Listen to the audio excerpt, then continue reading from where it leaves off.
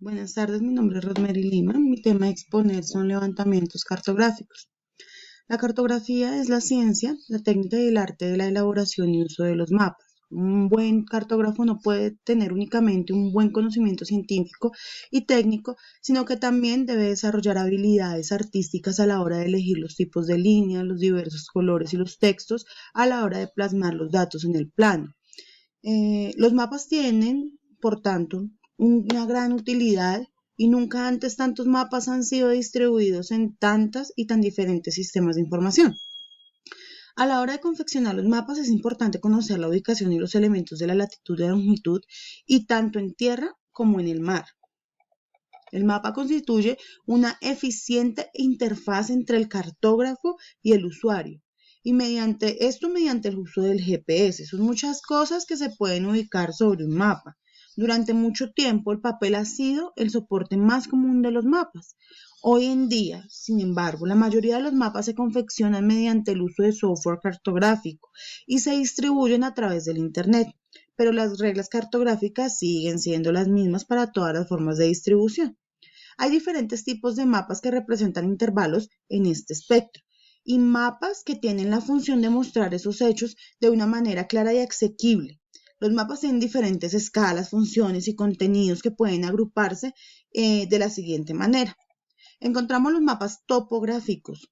Esos son los que muestran las relaciones espaciales entre los diferentes elementos geográficos, tales como lo son los edificios, las carreteras, límites, cursos, masas de agua, etc. La ONC son quienes se encargan de elaborar los mapas topográficos oficiales. La mayoría de las ciudades también diseñan sus planos urbanos. Los mapas topográficos también se pueden usar, se producen para usos especiales, tales como pueden ser lo que es el ciclismo y el piragüismo. Muchos de los sistemas de navegación de automóviles y también numerosos servicios de Internet ofrecen mapas topográficos. Los mapas topográficos se utilizan también como mapas base en la cartografía de la propiedad de catastro. En los mapas para la representación de los aspectos geográficos en la ordenación del territorio. Encontramos también los mapas especiales. Esos son, por ejemplo, las cartas de navegación marítima y los mapas de aviación, pero estos son de uso profesional y estandarizados por la ONU. También hay cartas de navegación espacial específicos que son de uso privado y mapas especiales para la orientación estandarizados por la Asociación Internacional de Orientación. Encontramos los mapas temáticos. Estos incluyen descripciones de los fenómenos geográficos como aquellos relativos a aspectos a la geología, a los usos del suelo y a la vegetación. El mapa del tiempo es el mapa temático más común. Los mapas estadísticos son también mapas temáticos. Estos muestran la distribución geográfica de una manera estadística. Tenemos unos principios cartográficos básicos. Encontramos el diseño de mapas, ¿no? Los mapas deben diseñarse antes de comenzar su producción. El proceso de diseño es un proceso iterativo y se inicia con un proceso que dependerá de la temática del mapa y la finalidad para la que se va a utilizar. El cartógrafo se hace entonces cargo del proceso y realiza una propuesta a modo de prueba, después los criterios que se le han dado. Después de esto, el mapa solo va a poder ser elaborado cuando se asegure que los objetivos para los que se ha realizado van a ser totalmente satisfechos. Encontramos el uso de símbolos, ¿no? Esto puede suponer al utilizar aquellos símbolos que sean los más correctos en cuanto a la forma y color para los objetos que se van a representar. Un mapa tiene diferentes símbolos y textos. Los símbolos se utilizan para describir una parte de la realidad, mientras que el texto se utiliza para proporcionar una descripción más detallada del objeto que representan el mapa. Hay tres tipos de símbolos: los puntuales, los lineales y los superficiales. Encontramos el texto, que es una parte importante del mapa y hace su comprensión más fácil al uso. Se deben seguir unas directrices tipográficas a fin de lograr un mapa inteligible.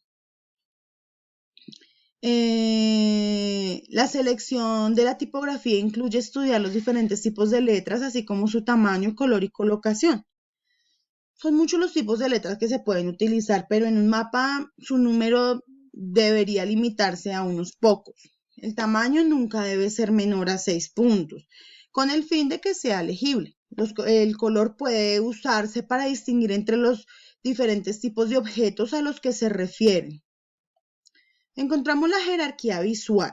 Cuando se estudia un mapa encontramos diferentes capas de información y siempre hay una capa que visualmente se destaca más que el resto, lo que forma el primer plano del mapa. La capa base del mapa proporciona la localización y orientación de los demás elementos del mapa.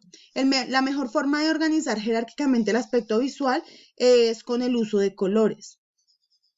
Los colores más intensos se utilizan para el primer plano, que es el que corresponde al tema del mapa, y los colores menos intensos para el fondo. También se pueden utilizar iconos para reforzar el primer plano.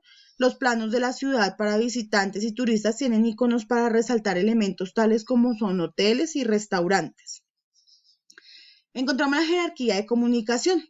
En muchos procesos de comunicación, los mapas, así como los textos, diagramas, imágenes, son herramientas importantes para dar al usuario información relevante sobre aspectos geográficos de la realidad. El cartógrafo utiliza un lenguaje cartográfico para elaborar el mapa con el fin de que éste pueda ser leído por cualquier usuario de mapas. Aquí se representa un problema. El usuario, la persona que va a utilizar el mapa puede que no tenga la misma visión de la realidad. La escala. Un mapa puede verse como una descripción del mundo real a través de formas simbólicas y también a través de formas geométricas. La escala elegida del mapa va a ser un compromiso entre la cantidad de objetos que se mostrará en él y la presentación visual que se le dará con el fin de proporcionar un contexto geográfico comprensible. La escala indica la relación entre la longitud de una distancia determinada en la realidad y la longitud de esa misma distancia, tal y como se representa en el mapa. Tenemos las proyecciones. La Tierra es casi una esfera, casi. Y no es posible representar su imagen sobre un papel o una pantalla de superficie plana sin distorsionarla. La forma sistemática de representación en 2 dimensiones se llama proyección. Tenemos la proyección Mercator, que está con el ecuador como referencia, representa como resultado una exageración en las áreas de latitud como altas, incluso llega a convertir a los polos en líneas rectas. Pero por otro lado tiene la ventaja de que los ángulos medidos en el mapa son iguales que los medidos en la Tierra. La proyección original de Mercator no es tan útil en la práctica. Las proyecciones que se describen con detalle pueden clasificarse en cilíndricas, cónicas y azimutales. Existen diferentes tipos de levantamientos cartográficos. Tenemos los levantamientos esquemáticos o exploratorios.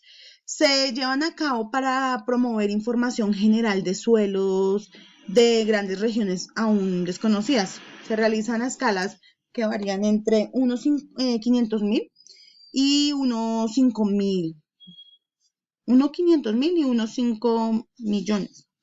La densidad de observación es muy baja y estas solo se realizan sobre sectas preestablecidas sin intentar un recubrimiento uniforme en el área del estudio. Este tipo de levantamiento sustenta fundamentalmente en el uso de imágenes satelitales como material básico para interpretación cartográfica en grandes ambientes geomórficos. Levantamientos a nivel de reconocimiento. Provee una visión global de los recursos de un área de estudio a nivel de prefactibilidad como marco para la realización de levantamientos más detallados. La escala de este tipo de mapas varía entre unos 100.000 y unos 500.000, siendo más común como el 250.000.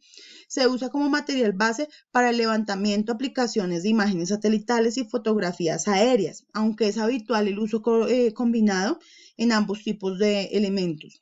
Complementemos importantes para este nivel de estudios lo constituyen las cartas topográficas y los mosaicos aerofotográficos. Encontramos los levantamientos semi-detallados. Es la mejor escala de estudio de factibilidad de proyectos agropecuarios de las tierras, provee la información necesaria para la determinación de la aptitud productiva para los principales tipos de uso de las tierras, pero no se adecua bien para la planificación de predios individuales. Su escala comprende un rango entre unos 30.000 y unos 100.000, siendo más común como unos 50.000. El material usado para esta clase de levantamientos es la fotografía aérea, pares estereoscópicos y mosaicos aerográficos.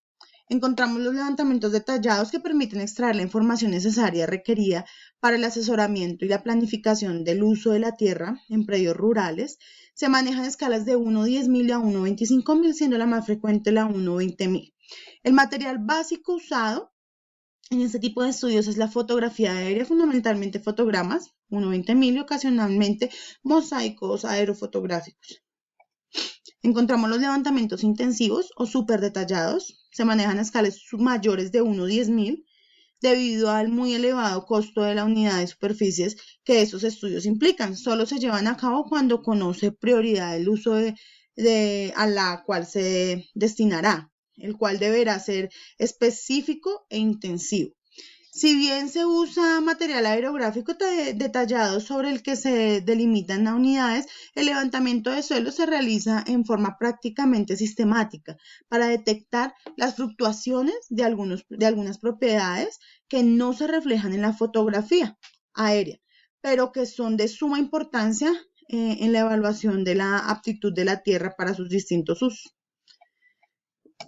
Finalmente encontramos este cuadro donde resume básicamente todo lo que hablamos. Encontramos el nivel de levantamiento, que es el esquemático, el reconocimiento, el semidetallado, el detallado y el intensivo súper detallado, como dijimos, el tipo de escalas que se manejan, las posibles y pues las que se utilizan realmente.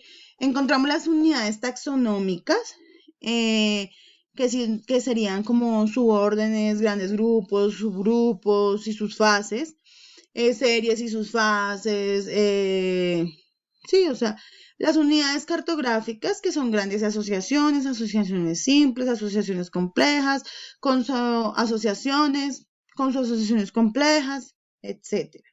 Y encontramos algunos ejemplos, como la educación, conocimiento de educación a suelos de nivel nacional e internacional, comparación de suelos entre diferentes países, planificación regional, planificación de polos de desarrollo, planificación regional de cuencas, planificación de predios rurales, levantamientos de suelos de campos experimentados, usos intensivos de bajo riesgo. Y encontramos los destinatarios, ¿no? Educándose en ciencias del suelo y o en recursos naturales, responsables en las planificaciones de grandes áreas y gobernantes, extensionistas asesores, técnicos asesores productores, técnicos asesores y productores. Bueno, entonces, eso es básicamente el resumen de los niveles de levantamientos. Esto es todo. Muchísimas gracias. Buena tarde. ¿Terminaste?